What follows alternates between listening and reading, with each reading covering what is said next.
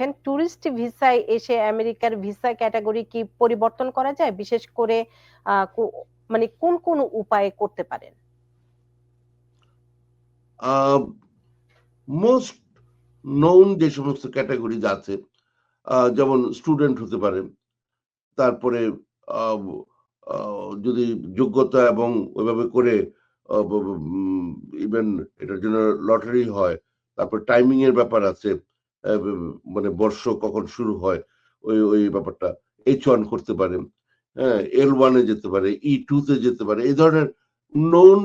যে ধরনের এই ম্যাক্সিমাম ব্যাপারগুলো আছে সেখানে চলে যেতে পারে যদি ভিজিট বিষয়, মানে কিন্তু মানে ন্যাচারালি আপনি বোধহয় এক্সপেক্ট করছেন যে নর্মাল B2 ভিসা, কিন্তু যারা ওই ভিসা ওয়েভার প্রোগ্রামে আসে তাদের ক্ষেত্রে কিছু মানে সমস্যা আছে, কিন্তু এইভাবে করে এটা সম্ভব। Change of status